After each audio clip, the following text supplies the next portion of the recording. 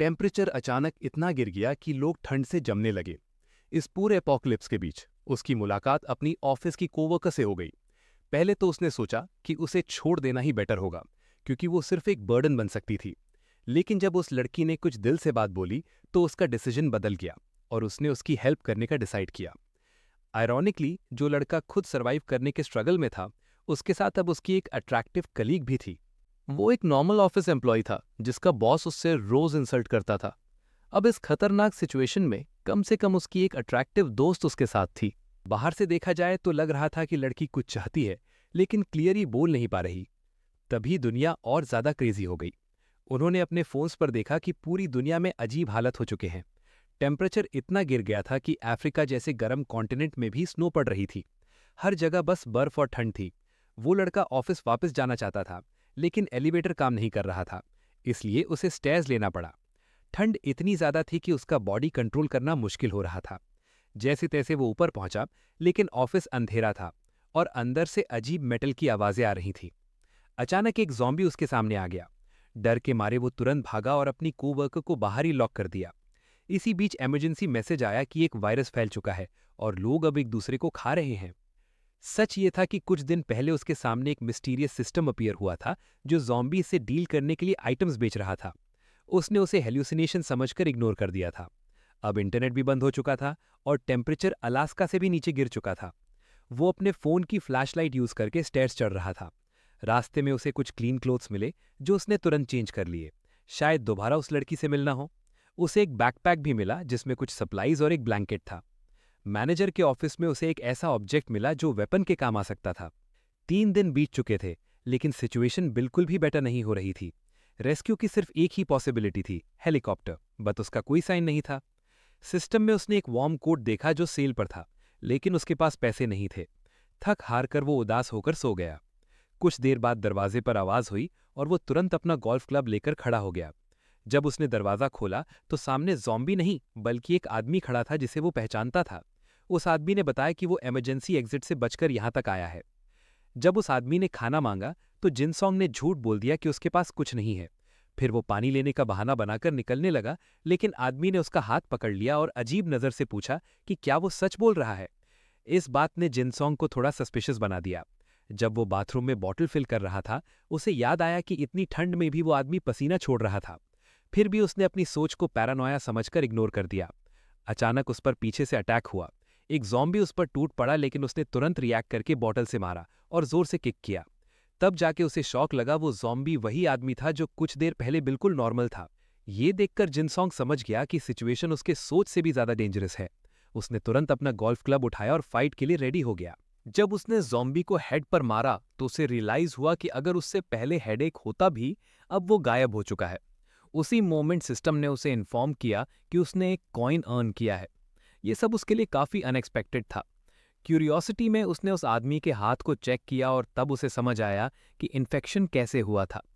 वापस ऑफिस आते वक्त वो गहरी सोच में डूबा हुआ था। तभी उसे एक आवाज सुनाई दी। विंडो से बाहर देखने पर उसने नोटिस किया कि एक आदमी अकेला ही कई ज़ॉम्बी से लड़ रहा था, लेकिन वो ज्यादा देर तक सरवाइव नहीं कर पाया और कुछ ही पलों में ज़ॉम्बीज ने उसे घेर लिया। धीरे धीरे वो भी उनमें से एक बन गया। 3 दिन और बीत गए। फोन की बैटरी अब खत्म हो चुकी थी, इसलिए वो ज्यादा टाइम से विंडो के पास बैठकर बाहर देखते हुए एनर्जी बचाता रहा। इस दौरान उसने कई लोगों को भागने की कोशिश करते देखा, लेकिन हर बार रिजल्ट सेम था, सब ज़ॉम्बीज बन जाते थे। ये सब देखकर उसे समझ आ गया कि अगर वो बस ऐसे ही बैठा रहा तो उसकी डेथ भी पक्की है। इसलिए उसने डिसाइड किया कि वो बिल्डिंग के अंदर ही कुछ ऐसे सर्वाइवर्स ढूंढे जिन पर वो ट्रस्ट कर सके।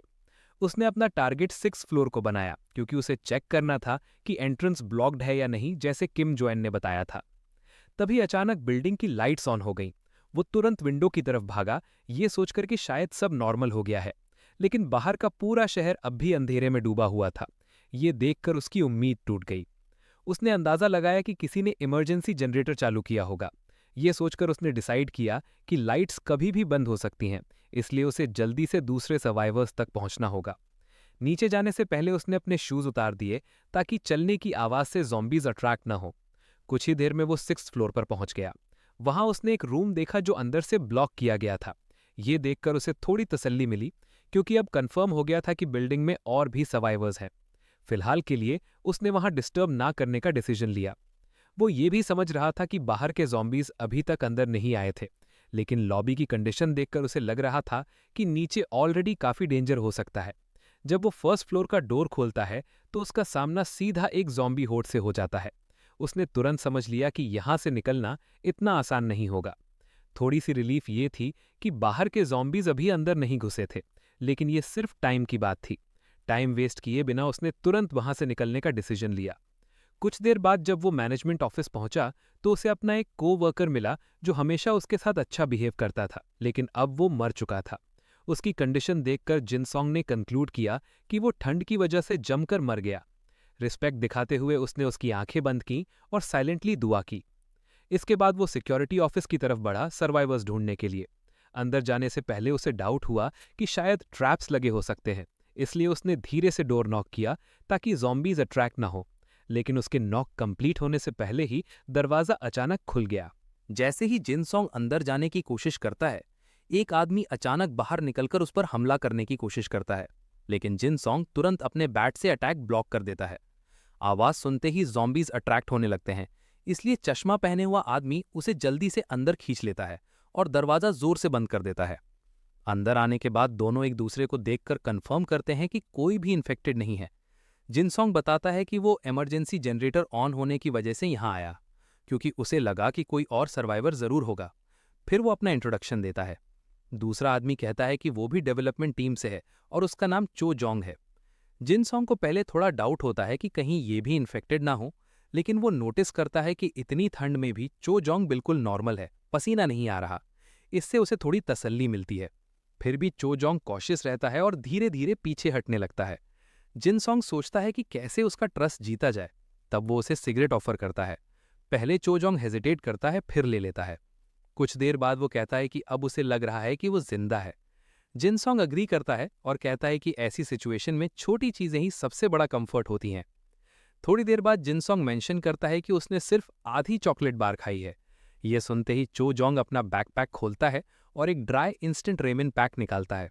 वो वार्न करता है कि ज्यादा फास्ट खाना स्टमक के लिए खराब हो सकता है। जिनसोंग पूछता है क्या उसने सेकंड फ्लोर से सब कुछ ले लिया, और चो जोंग कहता है हाँ, क्योंकि अब फ्रिज का कोई यूज नहीं है। दोनों इस बात पे थोड़ा हंस देते हैं। फिर जिनसोंग सेकंड फ्लोर के बारे में पूछता है। चो जोंग बताता है कि वहां सिचुएशन बहुत खराब थी। वो एक कोवर्कर के साथ ब्रेक रूम में फंस गया था और दोनों में फूड डिवाइड कर लिया था, लेकिन उसका कोवर्कर बार बार बाहर जाने की जिद कर रहा था, जबकि चो जोंग वेट करना सेफर समझता था। आखिर में वो आदमी बाहर गया और तुरंत इन्फेक्टेड हो गया। जिनसोंग कहता है कि लगता है बिल्डिंग में काफी ज़ॉम्बीज़ हैं। चोजोंग बताता है कि उसने कम से कम 4 ज़ॉम्बीज़ देखे थे। बाद में वो कहता है कि उसे वहां से निकलना पड़ा क्योंकि उसका फोन बैटरी खत्म हो रहा था। बचने के लिए उसने ऑपोजिट डायरेक्शन में एक चीज फेंकी ताकि ज़ॉम्बीज़ डिस्ट्रैक्ट हो जाएं। जिनसोंग उसकी तारीफ करता है और पूछता है क्या जनरेटर उसने ऑन किया था। चोजोंग हाँ बोलता है और कहता है कि उसे अपने डिवाइसेस चार्ज करने थे।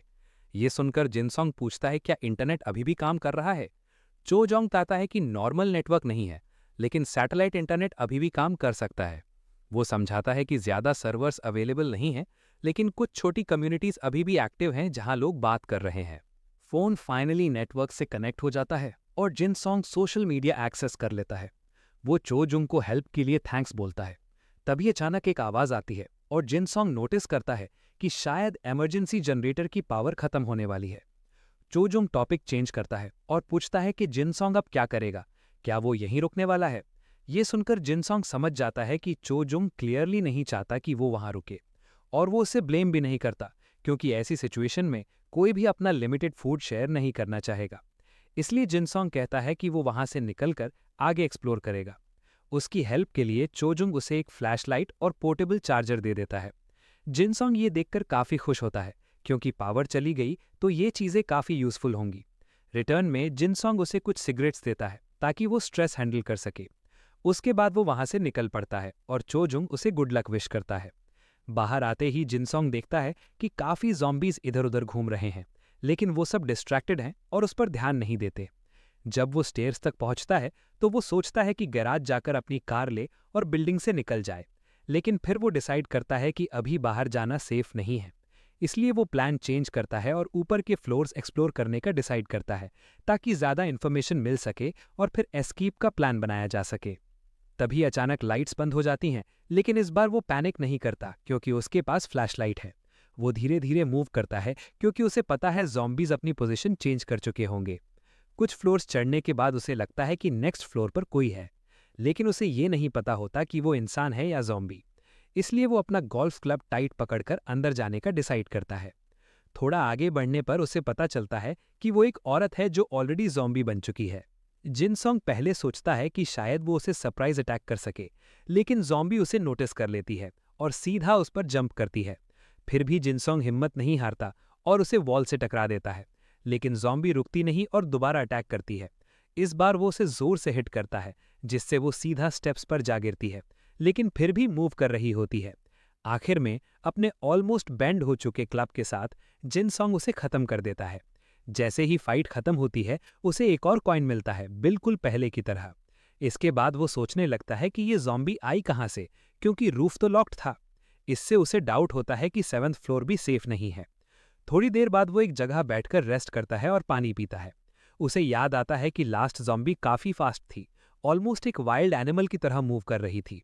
वो मान लेता है कि अगर एक से ज़्यादा ज़ॉम्बीज एक साथ अटैक करें तो उसका बचना मुश्किल हो जाएगा। इसलिए वो डिसाइड करता है कि या तो उसे और सर्वाइवर्स ढूंढने होंगे या फिर फाइट्स को वन ऑन वन रखना होगा। बाद में वो इंटरनेट चेक करता है, लेकिन वहां सिर्फ लोग टेम्परेचर के बारे में कंप्लेन कर रहे होते हैं। ज़ॉम्बीज के बारे में कोई यूजफुल इन्फॉर्मेशन नहीं होती, सिर्फ लोग हेल्प के लिए रो रहे होते हैं। ये देखकर जिनसोंग अज्यूम करता है कि गवर्नमेंट सिस्टम ऑलमोस्ट कोलैप्स हो चुका है। धीरे धीरे वो होपलेस फील करने लगता है, जैसे उसे इस दुनिया में अकेला ही सरवाइव करना पड़ेगा। 5वें दिन ठंड और भी ज्यादा बढ़ जाती है। जिंदा रहने के लिए वो तुरंत उठता है और जिंदा रहने के लिए जिनसोंग एक्सरसाइजेस करने लगता है ताकि बॉडी वार्म रहे, लेकिन इससे उसे बहुत ज़्यादा भूख लगने लगती है। उसे समझ आ जाता है कि सरवाइव करने के लिए उसे और कैलोरीज चाहिए होंगी। इसलिए वो अपने शूज उतार देता है ताकि बिना आवाज़ किए मूव कर सके। फिर वो प्रॉपर फूड ढूंढने के लिए बाहर निकलता है। उसे याद आता है कि चो जोंग के हिसाब से ब्रेक रूम का आधा खाना अब भी उसके ज़ॉम्बीफाइड कोवर्कर के बैग में होना चाहिए। प्रॉब्लम ये थी कि वहाँ शायद 4 से भी ज़्यादा ज़ॉम्बीज थे और बिना उन्हें अलर्ट किए बैग लेना ऑलमोस्ट इम्पॉसिबल था। इसलिए जिनसोंग डिसाइड करता है कि उन्हें एक एक करके अलग करना ही बेस्ट ऑप्शन होगा।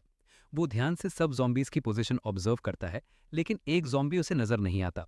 वो डिसाइड करता है कि उससे बाद में डील करेगा और पहले कुछ टूल्स ढूंढता है जो फाइट में काम आ सके। फिर वो एक रूम में जाता है जो खाली लग रहा होता है। अंदर उसे फूड नहीं बल्कि कुछ और सप्लाईज मिलती हैं। तभी उसे हॉलवे से ज़ॉम्बी की आवाज़ सुनाई देती है। वो तुरंत एक कप उठाता है और उसे थ्रो करके ज़ॉम्बी का अटेंशन अट्रैक्ट करता है। ज़ॉम्बी बेट में आ जाता है और जैसे ही वो पास आता है, जिनसोंग उसके हेड पर जोर से अटैक करता है, लेकिन आवाज़ की वजह से और ज़ॉम्बीज अट्रैक्ट हो जाते हैं। जिनसोंग जल्दी से डोर बंद कर देता है और वो अंदर नहीं आ पाते। अपनी प्लान की सक्सेस देखकर वो खुश होता है, लेकिन बिना नोटिस किए एक ज़ॉम्बी उसकी लेग पकड़ लेता है। वो वही अनडेड होता है जिसे उसने पहले हिट किया था। ज़ॉम्बी उसकी हील को बाइट करने की कोशिश करता है, लेकिन जिनसोंग तुरंत उसके हेड पर पैर रखकर उसे रोक देता है। फिर वो अपना गोल्फ क्लब उठाता है और उस ज़ॉम्बी को खत्म कर देता है। इसके बाद उसका फोकस डोर के पास खड़े बाकी 2 ज़ॉम्बीज पर जाता है। वो डिसाइड करता है कि सिचुएशन को जल्दी खत्म करना होगा, वरना और ज़ॉम्बीज अट्रैक्ट हो जाएंगे। वो डोर की विंडो तोड़ देता है और एक स्पून बाहर थ्रो करता है डिस्ट्रैक्शन के लिए। एक ज़ॉम्बी तुरंत उस तरफ भाग जाता है, जिससे दूसरा अकेला रह जाता है। जिनसोंग तुरंत डोर खोलता है और अपना सेटअप एग्जीक्यूट करता है। जो ज़ॉम्बी स्पून की तरफ गया था वो आवाज़ सुनकर वापस चेक करने आता है, लेकिन बीच में गिर जाता है और जिनसोंग उसे भी इजीली खत्म कर देता है। अब जिनसोंग के पास टोटल 4 कॉइन्स हो जाते हैं, लेकिन जब वो अपने गोल्फ क्लब को देखता है तो उसे समझ आता है कि अब वो ज़्यादा देर तक यूज़ नहीं कर सकता। फाइनली वो बैकपैक ले लेता है जिसमें सप्लाईज भरी होती हैं, लेकिन अब उसके पास कोई प्रॉपर वेपन नहीं बचा होता। वो सोचता है कि शायद और एक्सप्लोर करना चाहिए, क्योंकि चो जोंग और उसका कोवर्कर सिर्फ ब्रेक रूम तक ही लिमिटेड थे। उसे याद आता है कि सिर्फ डेवलपमेंट टीम 1 में ही उसे काफ़ी यूजफुल चीज़ें मिल चुकी हैं, जैसे पोर्टेबल चार्जर और न्यूट्रिशनल सप्लीमेंट्स। इसलिए वो डिसाइड करता है कि मोमेंटम यूज़ करके टीम 2 एरिया भी चेक करे। तभी अचानक उसे एक आवाज़ सुनाई देती है। वो तुरंत पैनिक हो जाता है, क्योंकि उसके पास अब डिफेंड करने के लिए कुछ भी नहीं है। इसलिए वो बिना सोचे समझे वहां से भाग जाता है। किसी सेफ जगह पहुंचकर वो सोचता है कि उसने कभी इमेजिन नहीं किया था कि एक ऑफिस भी इतना सेफ फील हो सकता है, स्पेशली ऐसी सिचुएशन में। उसके बाद वो अपना बैकपैक चेक करता है। अंदर काफ़ी सारा फूड होता है। ये देखकर जिनसोंग को रिलीफ मिलता है, क्योंकि ये सप्लाईज उसे कम से कम 1 महीने तक सर्वाइव करने में हेल्प कर सकती हैं। लेकिन एक प्रॉब्लम अब भी सॉल्व नहीं हुई थी। ठंड अब भी उतनी ही डेंजरस थी। इस सब से डील करने से पहले जिनसोंग डिसाइड करता है कि वो अपने बॉडी को क्लीन करे। जब वो वॉश कर रहा होता है तो ठंडे पानी की वजह से कंप्लेन करता रहता है। तभी उसकी नज़र अपनी हील पर पड़ती है जहाँ एक चोट लगी होती है। वो सोचता है कि शायद ये पहले वाले ज़ॉम्बी की वजह से हुई होगी। फिर भी वो ज़्यादा पैनिक नहीं करता क्योंकि उसका मानना होता है कि इन्फेक्टेड होने के लिए डायरेक्ट बाइट लगना ज़रूरी है।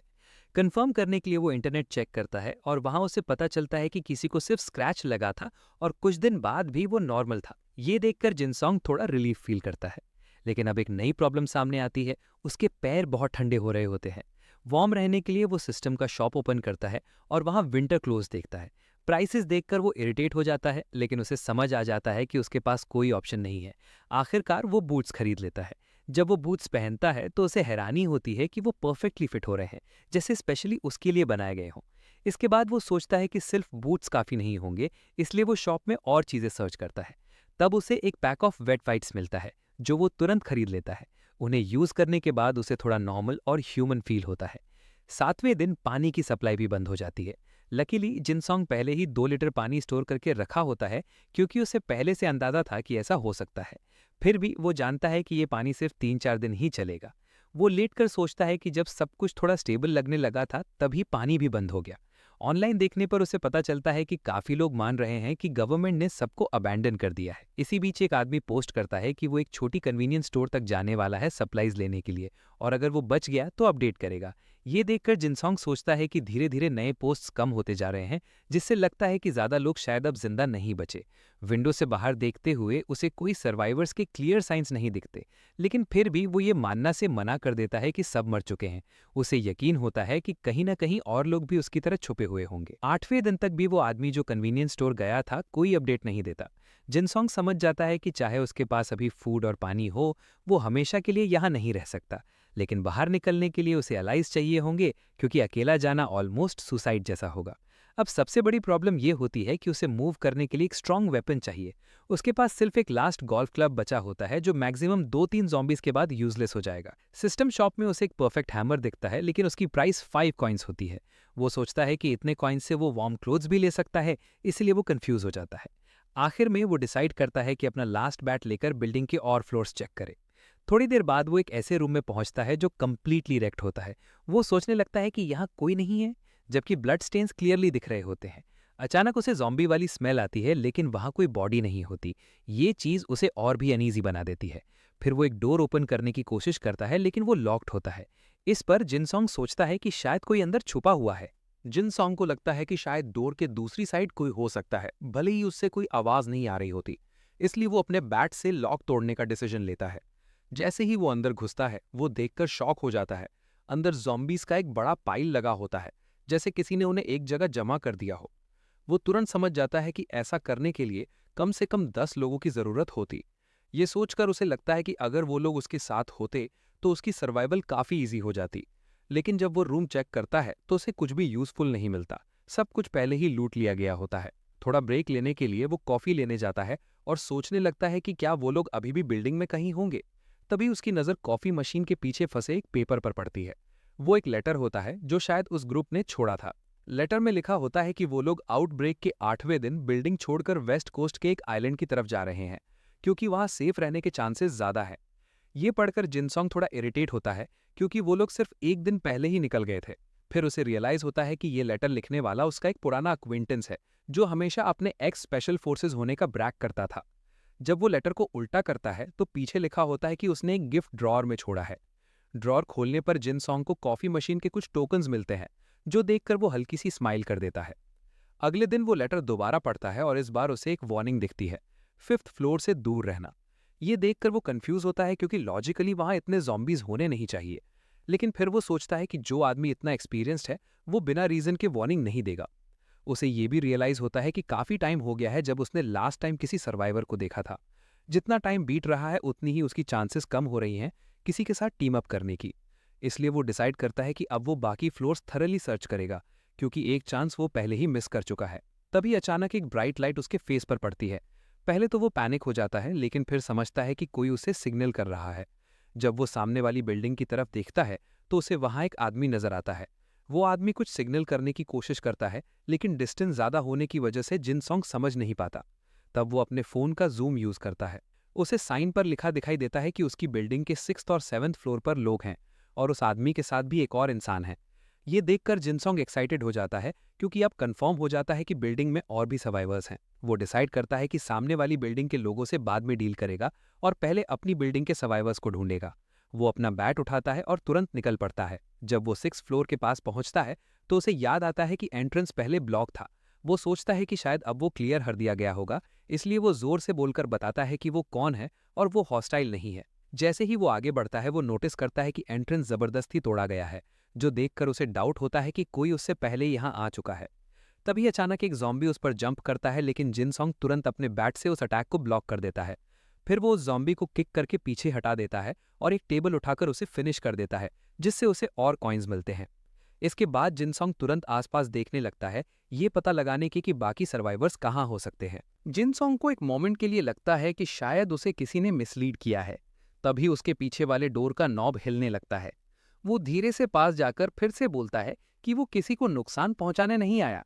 अंदर जो भी होता है वो डर के मारे डोर को पकड़कर खड़ा होता है। जिनसोंग अपनी बात कंटिन्यू करता है और बताता है कि वो भी यहीं का एम्प्लॉई है, सेल्स टीम से। फिर वो वार्न करता है कि अगर कोई जवाब नहीं आया तो उसे डोर तोड़ना पड़ेगा। जैसे ही वो तोड़ने वाला होता है, डोर धीरे से खुल जाता है। अंदर एक लड़की होती है, सैंगा। दोनों बैठकर बात करते हैं और जिनसोंग हैरान होता है कि वो इतने टाइम से इसी फ्लोर पर थी।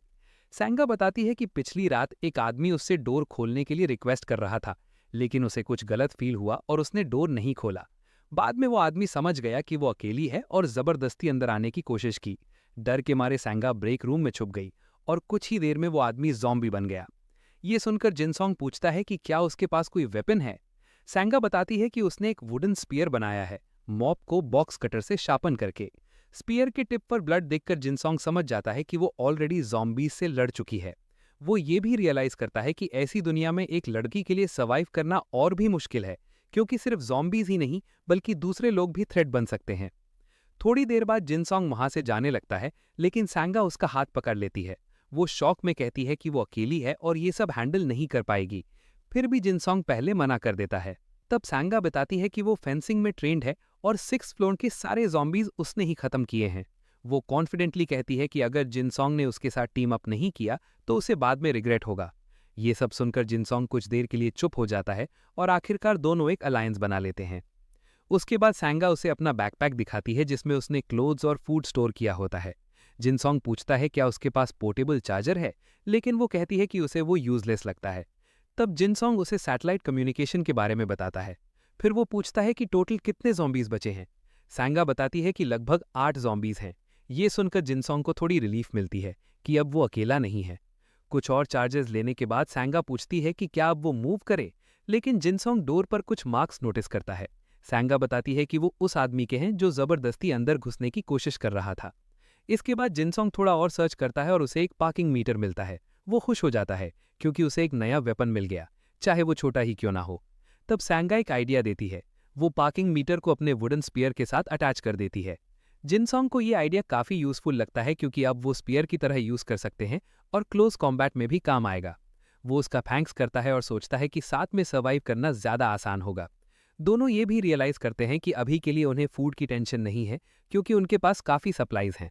इसके बाद जिनसोंग क्यूरियस होता है और उससे पूछने वाला होता है कि वो यहाँ तक कैसे सर्वाइव करती रही। संगा अपना बैग चेक करते हुए बताती है कि उसके पास एक फ्राइंग पैन भी है। जिनसोंग कहता है कि शायद वो उसे रिटर्न करने वाली थी क्योंकि उसे उसका कलर पसंद नहीं आया था, लेकिन वो भूल गई। फिर वो समझाता है कि ये काफी यूजफुल होगा क्योंकि इससे स्नो मेल्ट करके पानी बनाया जा सकता है। इसके बाद संगा पूछती है कि उसे कैसे पता चला कि वो ब्रेक रूम में थी। जिनसोंग बताता है कि उसे ये इन्फो सामने वाली बिल्डिंग के लोगों से मिला। वो उसे मैसेज दिखाता है और बताता है कि वहां के लोग टीम बनाने का सजेस्ट कर रहे थे। संगा पूछती है कि क्या वो उनके साथ टीम अप करना चाहता है। जिनसोंग कहता है कि वो श्योर नहीं है क्योंकि अननोन लोगों के साथ टीम बनाना रिस्की हो सकता है। तब संगा अपनी बात रखते हुए कहती है कि उसने उसके साथ रहने का डिसीजन इसलिए लिया क्योंकि उसे डर था कि शायद उसे कोई ट्रस्टवर्दी इंसान न मिले। इस वक्त वो किसी और को ग्रुप में इंक्लूड नहीं करना चाहती। ये सुनकर जिनसोंग डिसाइड करता है कि फिलहाल वो किसी और के साथ टीम अप नहीं करेगा। बाद में संगा मेंशन करती है कि उनका पुराना मैनेजर शायद अभी भी जिंदा हो सकता है। वो बताती है कि फर्स्ट डे पर वो दोनों 6th फ्लोर पर साथ थे, लेकिन मैनेजर वहां से भाग गया था। जिनसोंग पूछता है कि वो कब अलग हुआ, तो संगा बताती है कि सेकेंड डे पर। उसका मानना होता है कि वो या तो 3rd फ्लोर पर हो सकता है या 5th फ्लोर पर। रात को जब संगा सो रही होती है, जिनसोंग सोचता है कि सामने वाली बिल्डिंग के लोग शायद मैनेजर के साथ मिलकर फ्यूचर में उनके लिए थ्रेट बन सकते हैं। लेकिन फिर वो डिसाइड करता है कि जो चीज़ें उसके कंट्रोल में नहीं हैं, उन पर फोकस करना बेकार है। फिर वो अपने कॉइन्स यूज करके कोल्ड वेदर गियर अपग्रेड करने के बारे में सोचता है। उसे लगता है कि एक हैट लेना काफ़ी यूजफुल होगा, लेकिन वो हेजिटेट करता है क्योंकि उसे लगता है कि अगर संगा के पास प्रॉपर प्रोटेक्शन नहीं हुआ तो वो स्लो हो जाएगी और उसके लिए रिस्क बन सकती है। इस बात पर वो रियलाइज करता है कि वो थोड़ा सेल्फिश सोच रहा था, इसलिए वो डिसाइड करता है कि अभी के लिए डिसीजन बाद में लेगा। अगले दिन वो उठता है और देखता है कि संगा अपने फ़ोन के साथ बिजी है। वो पूछता है बैटरी परसेंटेज कितना है। संगा थोड़ी सरप्राइज्ड होती है कि वो इतनी जल्दी उठ गया, और जिनसोंग कहता है कि इतनी ठंड में प्रॉपर्ली रेस्ट करना मुश्किल है। फिर वो पूछता है कि क्या उसने सारे डिवाइसेस चार्ज कर लिए, और संगा कंफर्म करती है। वो अपना फ़ोन दिखाती है जिसमें सिर्फ 22% बैटरी बची होती है। बातें करते करते संगा पूछती है कि क्या उसने रूफ पर सोलर जनरेटर चेक किया है। जिनसोंग एडमिट करता है कि उसे इसके बारे में पहले पता ही नहीं था। संगा बताती है कि वो कुछ टाइम के लिए उस प्रोजेक्ट की इंचार्ज थी, जो एक स्मॉल कंपनी के साथ सपोर्ट प्रोजेक्ट के अंडर था। प्लान ये था कि जनरेटर रूफ पर इंस्टॉल किया जाए, लेकिन एक डिफेक्ट मिलने की वजह से प्रोजेक्ट लॉन्च होने से पहले ही बंद हो गया। जिनसोंग पूछता है कि क्या वो जनरेटर ऑपरेट करना जानती है। संगा कॉन्फिडेंटली कहती है कि हाँ, क्योंकि वो खुद उस प्रोजेक्ट की रिस्पॉन्सिबल थी। ये सुनकर जिनसोंग डिसाइड करता है कि रूफ पर जाकर जनरेटर चेक करना सही रहेगा।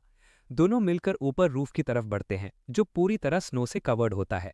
वहां उन्हें एक टेम्पररी लैडर मिलती है जो जनरेटर तक जाती है। जिनसोंग लैडर को नीचे खींचने की कोशिश करता है, लेकिन वो हिलती भी नहीं। तब संगा कहती है कि वो खुद ऊपर चढ़ जाएगी, बस जिनसोंग से लैडर स्टेबल रखने को कहती है। जिनसोंग उसे सपोर्ट देता है और उसे ऊपर चढ़ने में हेल्प करता है। जब संगा पहली ही ट्राई में ऊपर पहुंच जाती है, तो जिनसोंग सोचता है कि शायद उसके लिए ये आसान है क्योंकि वो एथलेटिक है। ऊपर पहुंचकर संगा जनरेटर को चेक करना शुरू करती है। संगा ऊपर जनरेटर तक पहुंचकर उसे चेक करती है और कंफर्म करती है कि वही मशीन है जो वो ढूंढ रहे थे। साइज छोटा होने की वजह से वो डिसाइड करती है कि उसे पार्ट्स में तोड़कर नीचे पास करेगी। धीरे धीरे वो एक एक पैनल नीचे जिनसोंग को देती है। कुछ टाइम बाद दोनों मिलकर सारे पार्ट्स एक जगह असेंबल कर लेते हैं। जिनसोंग सोचता है कि इतने क्लाउड्स के बीच ये जनरेटर कितना इफेक्टिव होगा। संगा समझाती है कि अगर सनलाइट स्ट्रांग हो तो ये एक फोन को लगभग 50% तक चार्ज कर सकता है। लेकिन अगले दिन जब वो चेक करते हैं तो फोन सिर्फ 8% ही चार्ज हुआ होता है। ये देखकर जिनसोंग कहता है कि अब इस सिचुएशन में ज्यादा कुछ नहीं किया जा सकता। सनलाइट ना होने की वजह से उसे एक बात क्लियर हो जाती है, बिल्डिंग छोड़ने के बाद उनका नेक्स्ट डेस्टिनेशन क्या होगा। वो संगा को बताता है कि वो कंपनी वेयरहाउस जाएंगे, क्योंकि वहां सिर्फ फूड ही नहीं बल्कि सर्वाइवल के लिए जरूरी टूल्स भी मिल सकते हैं। साथ ही वो ये भी मेंशन करता है कि अगर कार का जीपीएस काम नहीं करे तो उन्हें फोन पर डिपेंड रहना पड़ेगा, लेकिन उसकी बैटरी ऑलरेडी वीक है। संगा कहती है कि ये प्रॉब्लम नहीं है, क्योंकि वेयरहाउस उसके घर के पास ही है और वो उस जगह को पहले भी देख चुकी है। ये सुनकर जिनसोंग काफी खुश होता है और सोचता है कि संगा के साथ टीम अप करना एक सही डिसीजन था। वो हार्ड वर्किंग है और काफी यूजफुल स्किल्स जानती है। फिर जिनसोंग उससे उसका शू साइज पूछता है, क्योंकि वो उसके लिए बूट्स लाना चाहता है। संगा थैंकफुल फील करती है और अपना साइज बताती है। जिनसोंग उसके लिए बूट्स लाता है और वो परफेक्टली फिट हो जाते हैं। तभी अचानक जिनसोंग के सामने एक सिस्टम विंडो पॉपअप होती है, जिसमें लिखा होता है कि एक ग्रुप फॉर्म हो गया है और सब मेंबर्स के कॉइन्स अब उसके पास ट्रांसफर होंगे। ये देखकर वो सोचता है कि शायद ज्यादा एलाइज बनाना बेनिफिशियल हो सकता है, लेकिन वो कंफ्यूज्ड होता है कि ये फीचर अभी क्यों एक्टिवेट हुआ है। शायद बूट्स देने की वजह से। जब वो थोड़ा लॉस्ट लगता है तो संगा उसकी कंडीशन देखकर कंसर्न्ड हो जाती है। जिनसोंग कैजुअली कहता है कि वो बस थोड़ा डिजी फील कर रहा है क्योंकि कुछ दिन से प्रॉपर्ली खाना नहीं खाया। इसके बाद दोनों डिसाइड करते हैं कि अब उन्हें एक्टिवली फूड ढूंढना होगा। 14वें दिन तक उनका पानी खत्म हो जाता है और वो दोनों एक्सट्रीम थर्स्ट से स्ट्रगल कर रहे होते हैं। जिनसोंग कहता है कि अब उन्हें स्नो मेल्ट करके पानी बनाना पड़ेगा। संगा कहती है कि वो पेपर और डॉक्यूमेंट्स कलेक्ट करेगी, जबकि जिनसोंग रूफ पर फायर जलाने का प्लान बनाता है, क्योंकि बिल्डिंग के अंदर आग जलाना रिस्की होगा। फिर भी उसे कंसर्न होता है कि बाहर का स्मोक लूटर्स को अट्रैक्ट कर सकता है, वो लोग जो सर्वाइवल के लिए कुछ भी कर सकते हैं। रिस्क के बावजूद वो आग जला देता है, क्योंकि ठंड और बर्दाश्त नहीं हो रही होती। आग की वार्मथ मिलते ही संगा खुश हो जाती है और कहती है कि अब उसे फाइनली जिंदा होने जैसा फील हो रहा है। फिर वो फ्राइंग पैन में स्नो भरकर आग पर रखती है और धीरे धीरे वो मेल्ट होकर पानी बन जाता है।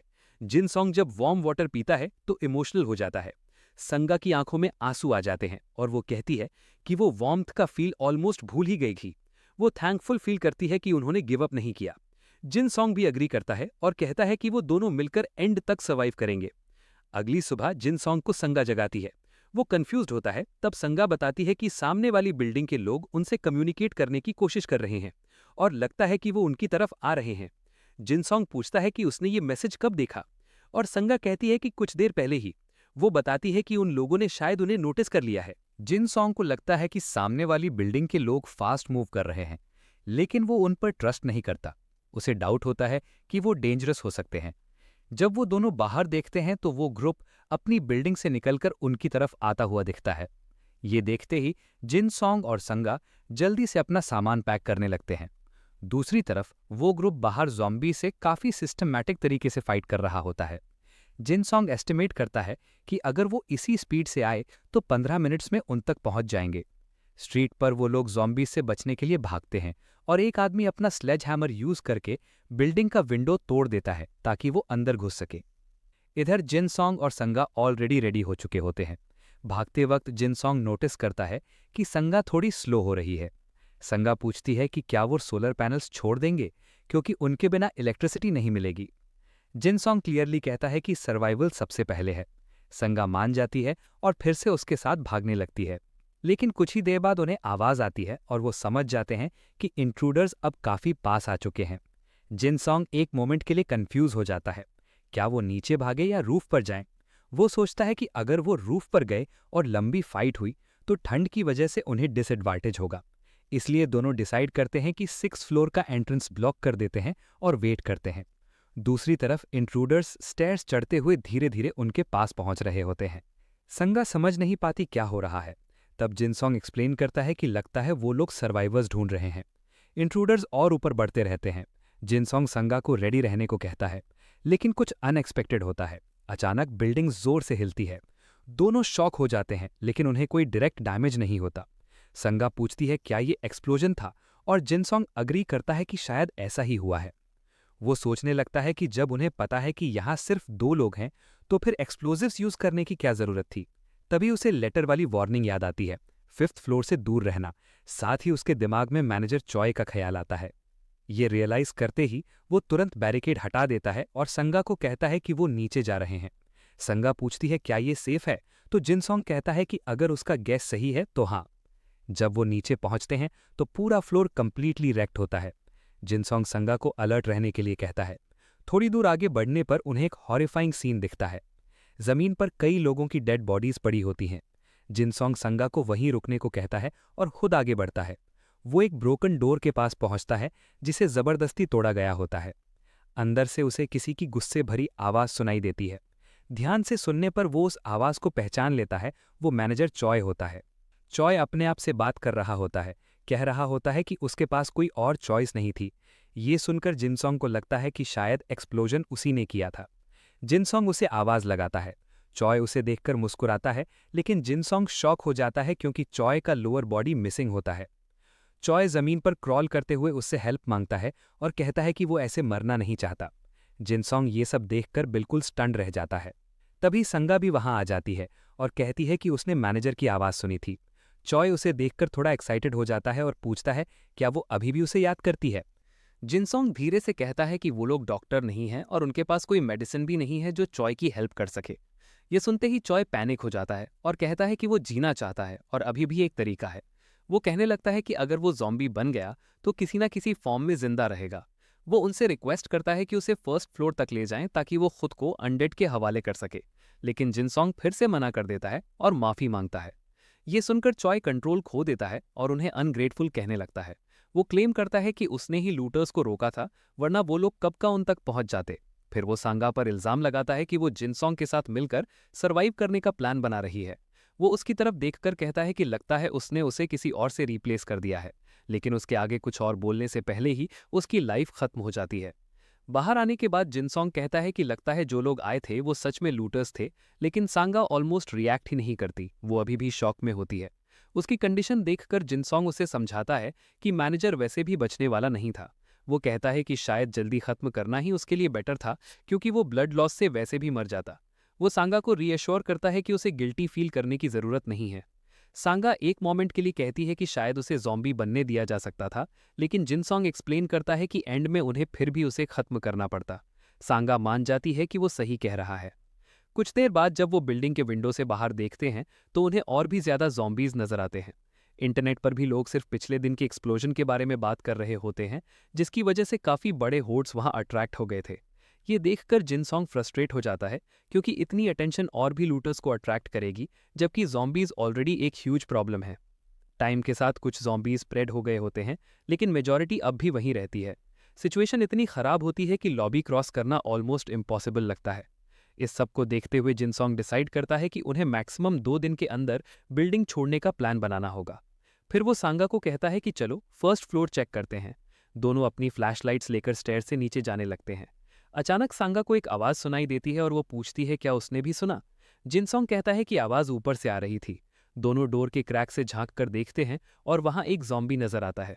सांगा अनईजी फील करती है और सोचती है कि शायद वो मैनेजर चॉय ही हो सकता है, लेकिन जिनसोंग तुरंत मना करता है और कहता है कि वो पॉसिबल नहीं है, क्योंकि उन्होंने उसके हेड पर अटैक किया था ताकि वो वापस इन्फेक्टेड ना बने।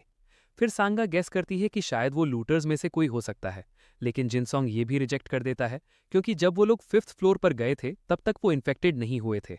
आखिर में जिनसोंग कंक्लूड करता है कि शायद वो 3rd फ्लोर का कोई सर्वाइवर हो सकता है, जिसे उन्होंने पहले नोटिस नहीं किया, या फिर कोई रैंडम ज़ॉम्बी जो विंडो से अंदर आ गया हो। दोनों डिसाइड करते हैं कि पहला ऑप्शन मान लेना बेटर है।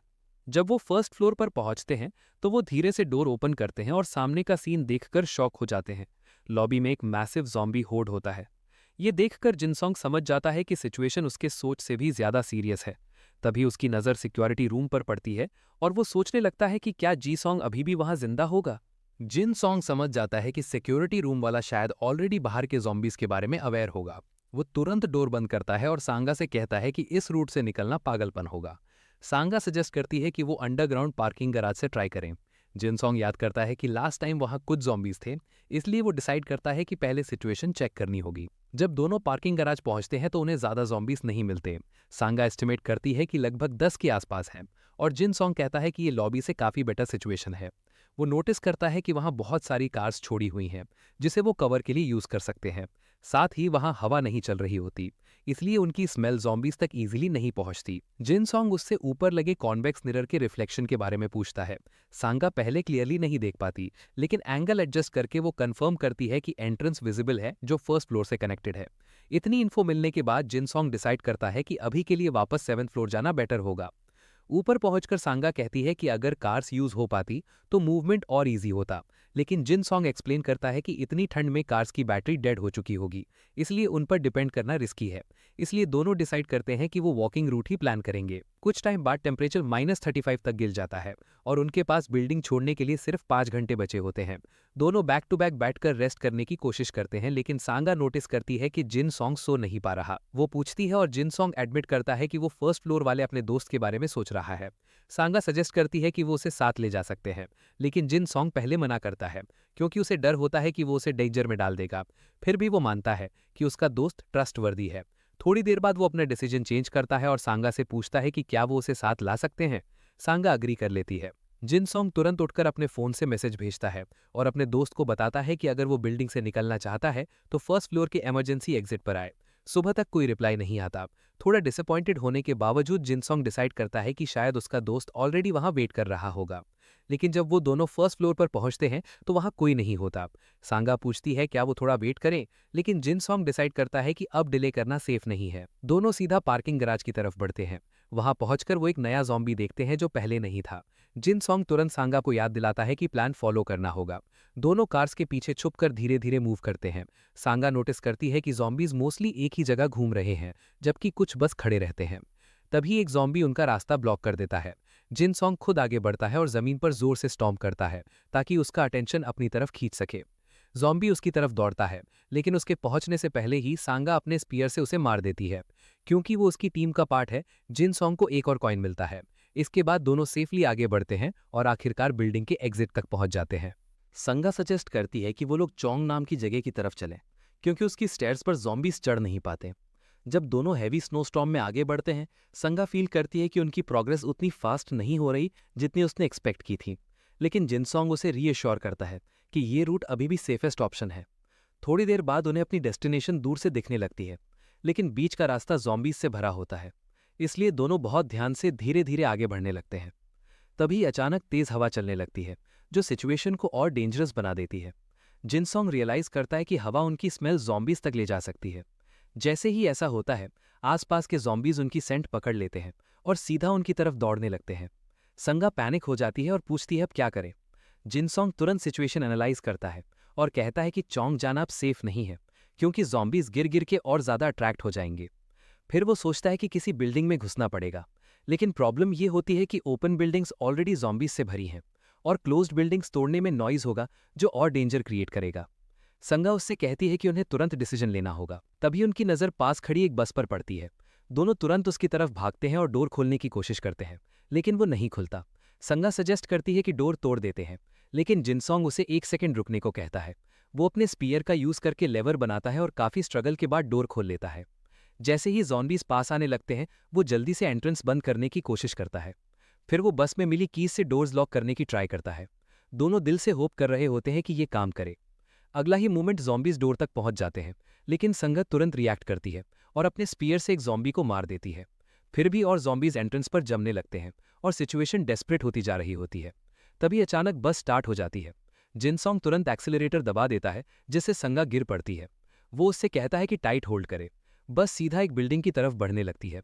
जिनसोंग कंट्रोल करने की कोशिश करता है, लेकिन रियलाइज करता है कि रोड जैम कर बर्फ से स्लिपरी हो चुकी है और टायर स्लाइड कर रहे हैं।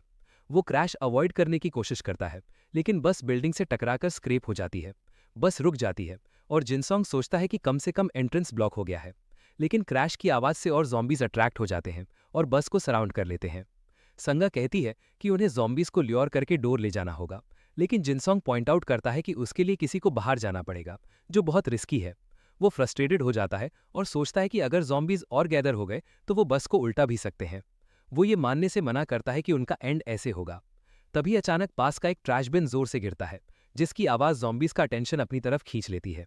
बस के अंदर दोनों थोड़ा रिलीफ फील करते हैं। फिलहाल के लिए वो सेफ हैं। संगा नोटिस करती है कि कुछ ज़ॉम्बीज अभी भी पास है, लेकिन वो धीरे धीरे हट जाएंगे। फिर वो एनालाइज करती है कि ट्रैश बिन ऊपर से गिरा है, शायद 2nd या 3rd फ्लोर से। ये सोचकर वो एक्साइटेड हो जाती है कि शायद वहाँ कोई और सर्वाइवर हो सकता है। थोड़ी देर बाद वो दोनों एक विंडो पर एक लड़की को देखते हैं जो उन्हें सिग्नल कर रही होती है।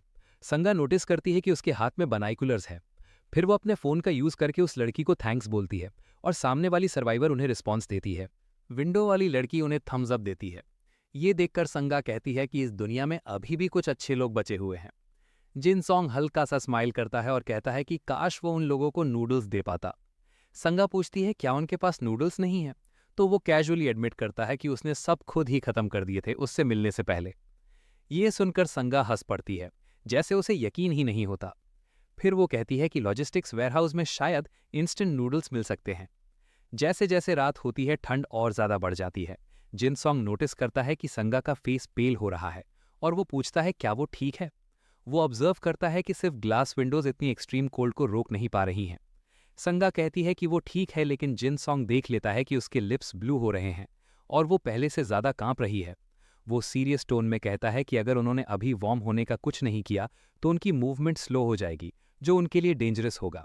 संगा पूछती है क्या फायर के अलावा कोई और ऑप्शन है। जिनसोंग थोड़ा सोचता है और फिर डिसाइड करता है कि फायर ही बनाना पड़ेगा। संगा डाउट करती है कि क्या ये पॉसिबल है। जिनसोंग अपना प्लान एक्सप्लेन करता है। वो रूफ में छोटे होल्स बनाएंगे ताकि स्मोक बाहर निकल सके, वरना सफोकेशन का रिस्क होगा। विंडोज यूज करना सेफ नहीं है क्योंकि ज़ॉम्बीज उन्हें तोड़कर अंदर आ सकते हैं। इसके बाद संगा अपने स्पीयर का यूज करके सीलिंग में 4 होल्स बना देती है। दोनों मिलकर पुराने ऑफिस पेपर्स से छोटी सी आग जलाते हैं और थोड़ी वार्मथ मिलती है। कुछ देर बाद संगा ऑनलाइन कम्युनिटी चेक करती है और बताती है कि वहाँ कोई बस वाले 2 लोगों के बारे में बात कर रहा है। वो एडमिट करती है कि शायद उन्हें उस ग्रुप को ज्वाइन कर लेना चाहिए। जिनसोंग समझ जाता है कि लोग उनके बारे में ही बात कर रहे हैं। वो पूछता है कि वो यूज़र कहाँ है। रिप्लाई आता है कि वो ऊपर एक कन्वीनियंस स्टोर में है। सेफ्टी के लिए वो स्ट्रेंजर उनसे प्रूफ मांगता है। स्टोर के सामने पार्क्ड कार का ब्रांड बताने को कहता है। जिनसोंग और संगा सही आंसर देते हैं। उसके बाद वो यूज़र सीधा बोल देता है कि वो उनके ग्रुप में ज्वाइन करना चाहता है। जिनसोंग इस बात पर सोचने लगता है कि अब नेक्स्ट स्टेप क्या होना चाहिए। अगली सुबह एक और आदमी अपनी विंडो से बाहर देख रहा होता है। तभी वो शॉक हो जाता है जब एक ज़ॉम्बी बिल्डिंग पर चढ़ते हुए दिखता है। डर के मारे वो अपने घर की चीज़ें उस पर फेंकने लगता है। ऑनलाइन लोग इस बात पर डिस्कस करते हैं कि क्या ज़ॉम्बीज़ पार्कूर जैसी चीज़ें कर सकते हैं। वो आदमी कहता है कि वो ज़ॉम्बी उसके पड़ोसी जैसा लग रहा है, जो पहले भी बिल्डिंग्स पर चढ़ने का आदत रखता था। इससे लोग स्पेकुलेट करते हैं कि शायद ज़ॉम्बीज़ अपनी पुरानी स्किल्स रिटेन करते हैं। सुबह करीब 9 बजे जिनसोंग और संगा बस से बाहर निकलते हैं। संगा उससे पूछती है कि कम्युनिटी में जो पढ़ा उसके बारे में उसका क्या सोचना है। जिनसोंग कहता है कि उसे पहले ही अंदाजा था। वो एक्सप्लेन करता है कि ऑफिस में ज़ॉम्बीज़ एक्सप्लोजन के बाद बने होल से अंदर आए थे। तभी उनके सामने वाली बिल्डिंग से एक औरत बाहर निकलती है। संगा उसे देखकर एक्साइटेड हो जाती है और उसकी वार्म जैकेट देखकर थोड़ी जेलस भी फील करती है। लेकिन उनकी खुशी एक सेकंड में खत्म हो जाती है जब वो औरत अचानक एक ज़ॉम्बी का शिकार बन जाती है। दोनों शॉक में देखते रह जाते हैं। जिनसोंग तुरंत रियलाइज करता है कि फ्रेश ह्यूमन सेंट की वजह से और ज़ॉम्बीज़ अट्रैक्ट हो रहे हैं। वो समझ जाता है कि अगर वो वहां रुक गए तो अगला टारगेट वो खुद होंगे। जिनसोंग तुरंत सिचुएशन समझकर वहां से निकलने लगता है, लेकिन सैंगा अभी भी शॉक में खड़ी रह जाती है। वो उसका हाथ पकड़कर कहता है कि अगर उन्हें सरवाइव करना है तो अभी तुरंत मूव करना होगा। सैंगा डर के बावजूद उसके साथ चलने का डिसीजन लेती है। कुछ देर बाद दोनों सबवे एंट्रेंस तक पहुंचते हैं। सैंगा थोड़ा हेसिटेट करती है और पूछती है कि क्या अंदर जाना सेफ होगा, क्योंकि हो सकता है वहां काफी ज़ॉम्बीज़ हों, स्पेशली वो लोग जो अपोकलिप्स से पहले काम से घर जा रहे थे। तभी हवा फिर से तेज चलने लगती है और दोनों डिसाइड करते हैं कि अंदर जाना ही बेटर है। सरप्राइजिंगली सबवे में उन्हें कोई ज़ॉम्बी नहीं मिलता, सिर्फ डेड बॉडीज दिखाई देती हैं। जिनसोंग ऑब्जर्व करता है कि बॉडीज की क्वांटिटी उतनी ज्यादा नहीं है, इसलिए वो अज्यूम करता है कि ज़ॉम्बीज शायद कहीं और क्लस्टर में होंगे। तब सैंगा उसका ध्यान एक कन्वीनियंस स्टोर की तरफ दिलाती है। जिनसोंग एक्साइटेड हो जाता है, लेकिन अंदर जाकर उसकी एक्साइटमेंट खत्म हो जाती है क्योंकि स्टोर ऑलरेडी एम्प्टी होता है। वो सजेस्ट करता है कि स्टॉक रूम चेक करते हैं। अंदर जाने पर उन्हें कुछ बियर कैंस मिलती हैं, कुछ खास यूजफुल नहीं। बाहर आकर सैंगा कहती है कि क्लोथिंग स्टोर्स भी पहले ही लूट हो चुके हैं। जिनसोंग नोटिस करता है कि एक फोन शॉप अभी भी अनटच्ड है, जो उसे थोड़ा स्ट्रेंज लगता है। सैंगा कहती है कि उन्हें अब प्लांट से ज्यादा डिस्टेंस वॉक करना पड़ेगा, लगभग 20 किलोमीटर्स। फिर वो बताती है कि उसने पहले एक वॉल पर कुछ अजीब लिखा देखा था और उसकी फोटो ली थी। फोटो में लिखा होता है कि किसी को समझ नहीं आ रहा कि इतनी केओस में क्या करें, लेकिन उसे प्रॉपरली देखने से पहले ही फोन की बैटरी डेड हो जाती है। दोनों डिसाइड करते हैं कि अब ट्रेन ट्रैक्स फॉलो करेंगे। रास्ता अननेचुरली क्लीन होता है, ना रैट्स ना बैट्स, कुछ भी नहीं। ये चीज जिनसोंग को और ज्यादा अनईजी कर देती है।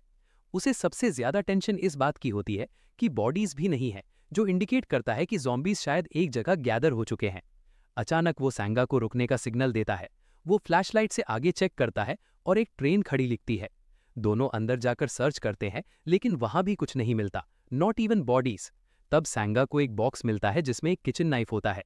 जिनसोंग बताता है कि उसे भी पहले एक कार में कुछ मिला था।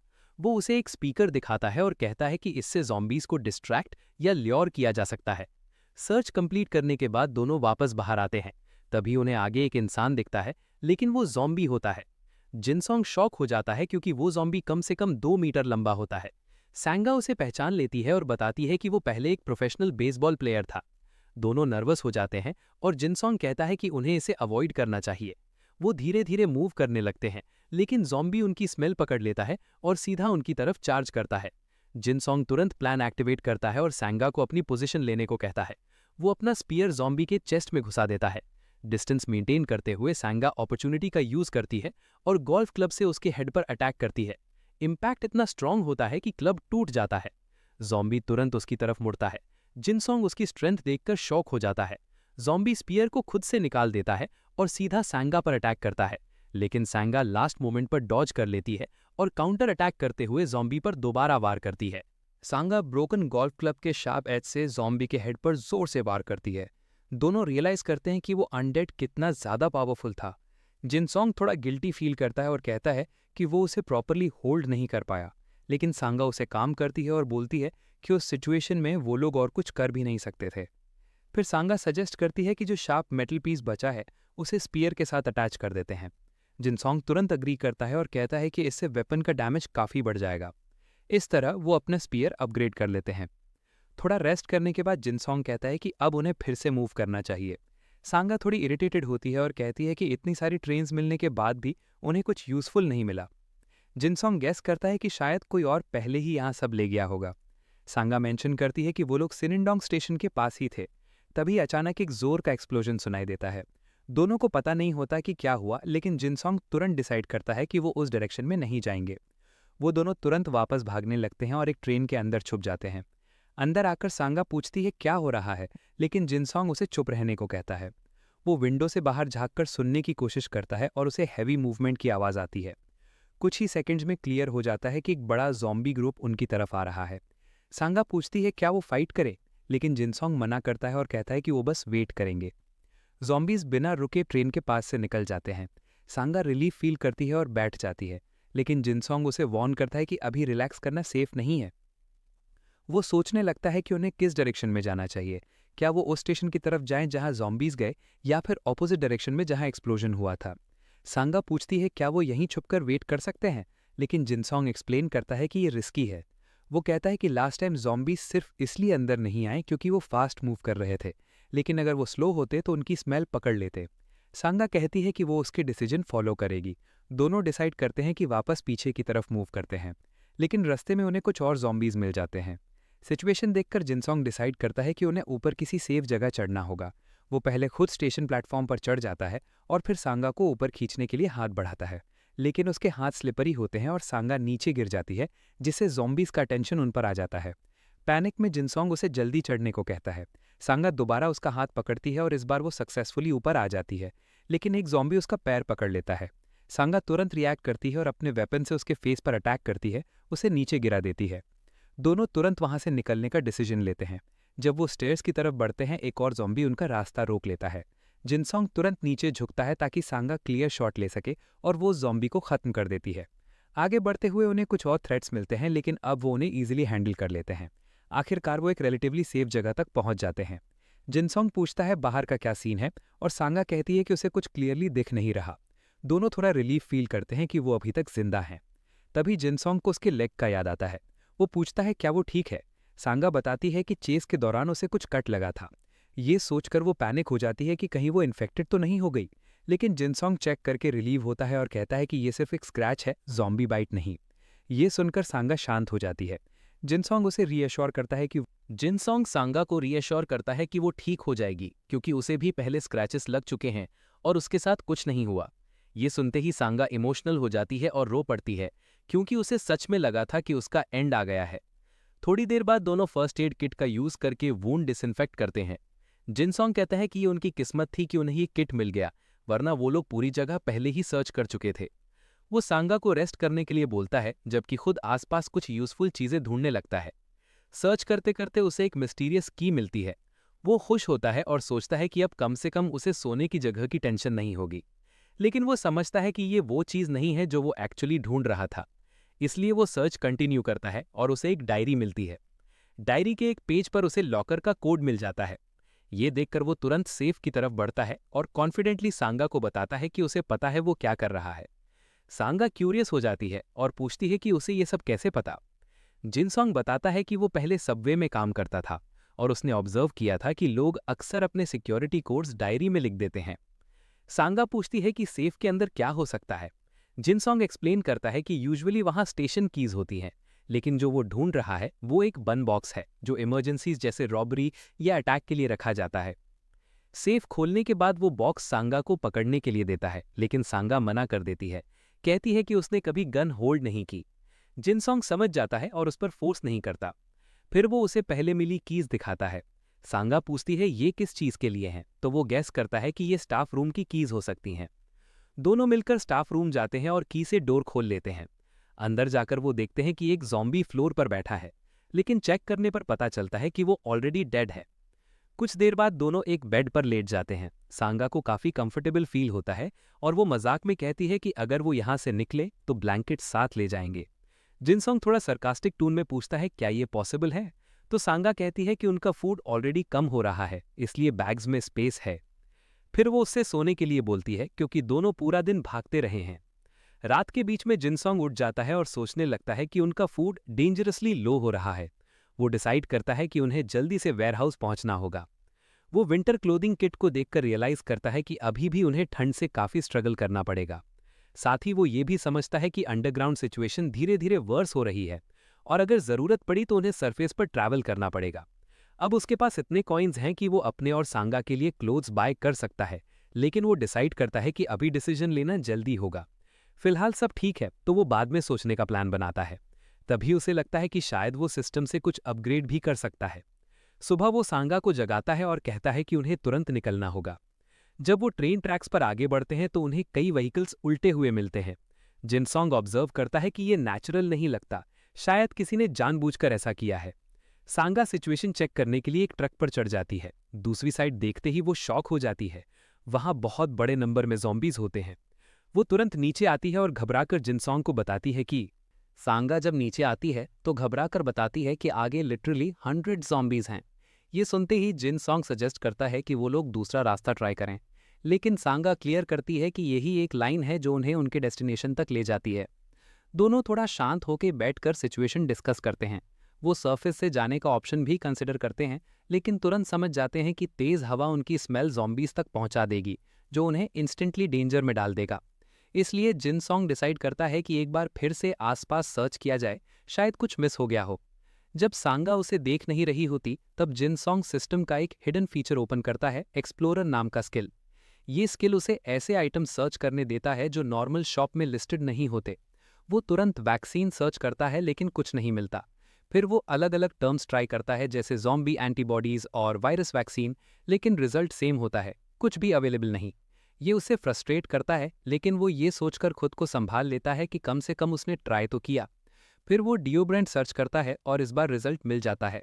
जब वो देखता है कि इसका इफेक्ट 90 मिनट्स तक रहेगा तो वो कैलकुलेशन करता है और रियलाइज़ करता है कि उन्हें कम से कम 3 लेना पड़ेगा, क्योंकि उनका डेस्टिनेशन लगभग 4 घंटे दूर है। ये सोचकर वो थोड़ा अपसेट हो जाता है, क्योंकि उसने मुश्किल से कॉइन सेव किए थे और अब एक साथ 3 खर्च करने पड़ेंगे। वापस आकर जब वो सांगा से मिलता है तो वो क्यूरियस होकर पूछती है कि उसे डिओड्रेंट कहाँ मिला। जिनसोंग कैजुअली झूठ बोल देता है कि उसे प्लेटफॉर्म पर कुछ बैग्स में मिला।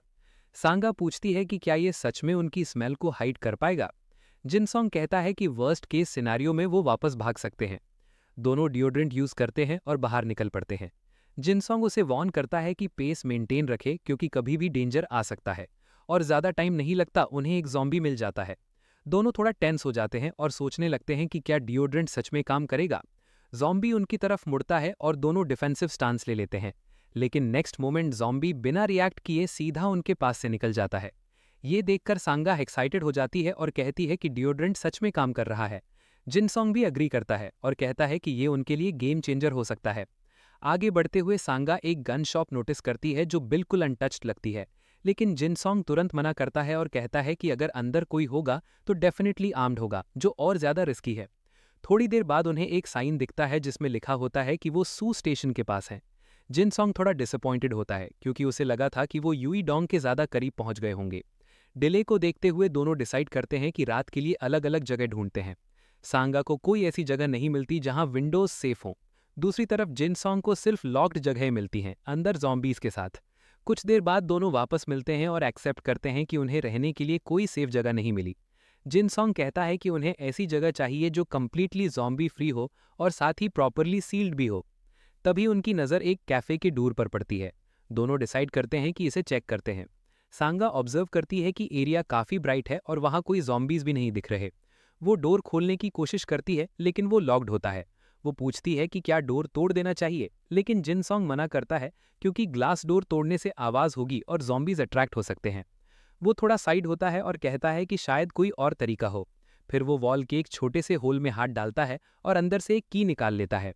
ये देखकर सांगा सरप्राइज हो जाती है और पूछती है कि उसे कैसे पता था।